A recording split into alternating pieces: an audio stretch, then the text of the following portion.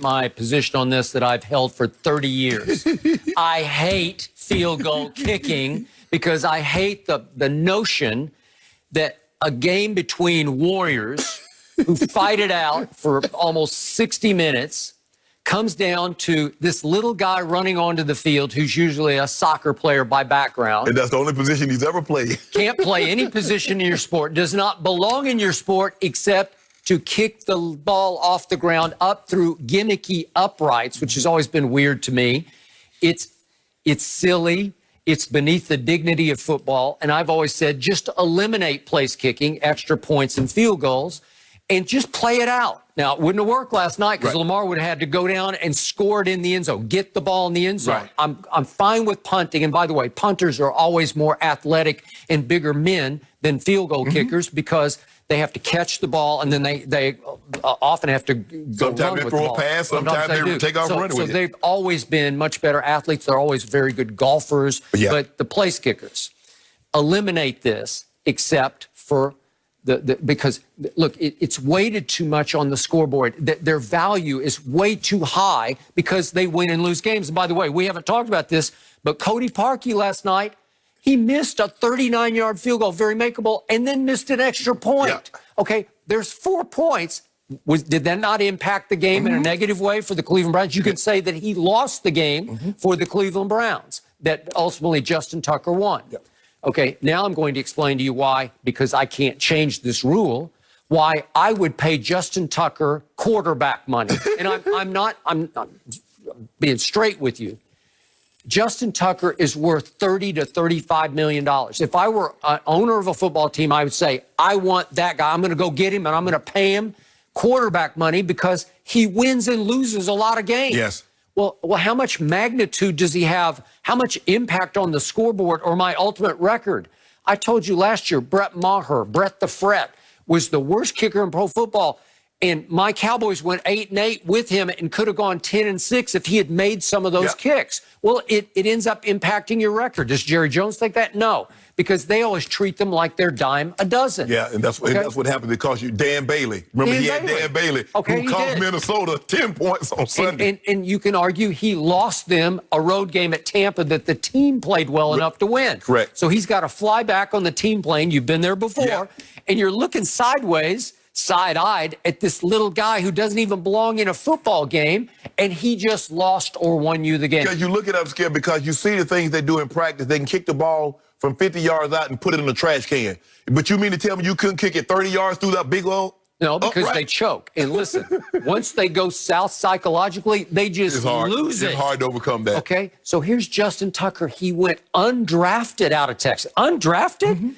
And he's a smallish man by football standards, right? Yep. He's got the best leg in the history of the game, to me, on lift. I've never seen anybody get the ball up as fast as Justin Tucker does. He's made from 50-plus yards, 42 of 49 field goals.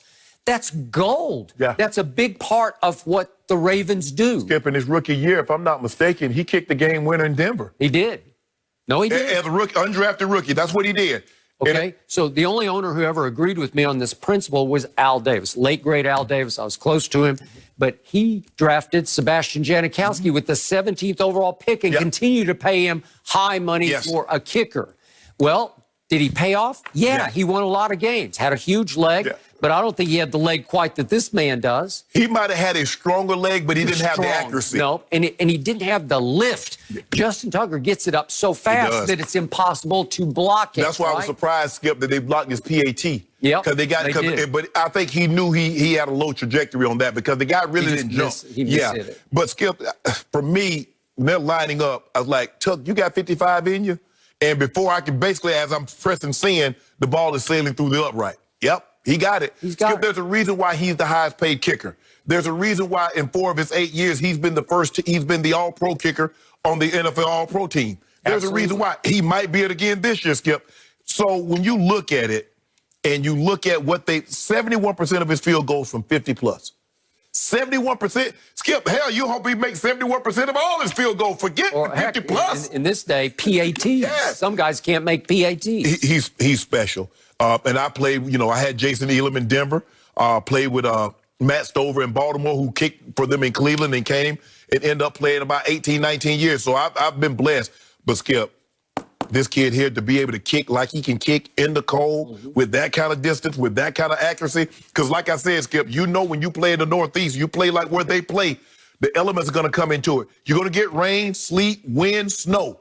And he's kicking 8 home games in Baltimore, road game in Pittsburgh, Cleveland, and Cincinnati. Whew. They said the winds were gusting last night to 18 miles an hour with wind chill around 20. And he kicked up, Skip, that ball would have been good from 60. I would say. I mean, he got it up in a hurry, and it was. Okay, so help me out. Where would the Patriot dynasty be without Adam Vinatieri? No, it would be no dynasty. Well, there would be. And again, Brady had to put him in position, but he had to nail him. And again, the choke factor is extreme. Remember Buffalo?